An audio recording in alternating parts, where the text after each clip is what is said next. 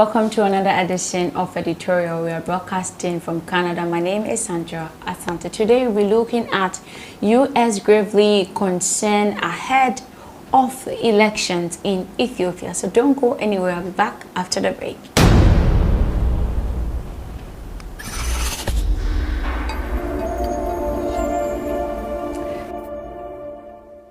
You're welcome back from the break. Thank you so much for always staying with me. So the United States has voiced concerns ahead of Ethiopia's elections, saying ethnic violence and detentions of opposition figures will raise doubt about the vote's credibility.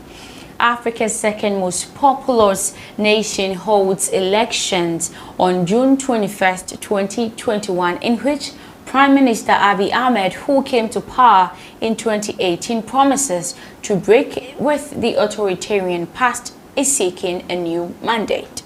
We don't know how that is going to be, but the reputation of the Nobel Peace Prize winner has been tarnished as he has waged a military campaign in the Tigray region, where the United Nations warned on Friday that tens of thousands of children will be at risk of starvation.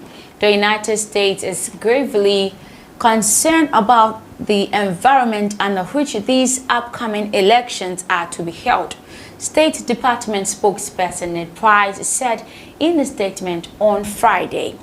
The detention of opposition politicians, harassment of independent media, partisan activities by local and regional governments, and the many inter-ethnic and intercommunal conflicts across Ethiopia are obstacles to a free and fair electoral process, and whether Ethiopians would perceive them as credible, he added. The exclusion of large segments of the electoral from this context due to security issues and internal displacement is particularly troubling.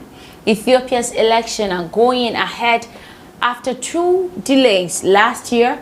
Election authorities pushed back polls due to the coronavirus pandemic and then delayed the vote from 5th of June due to logistical concerns.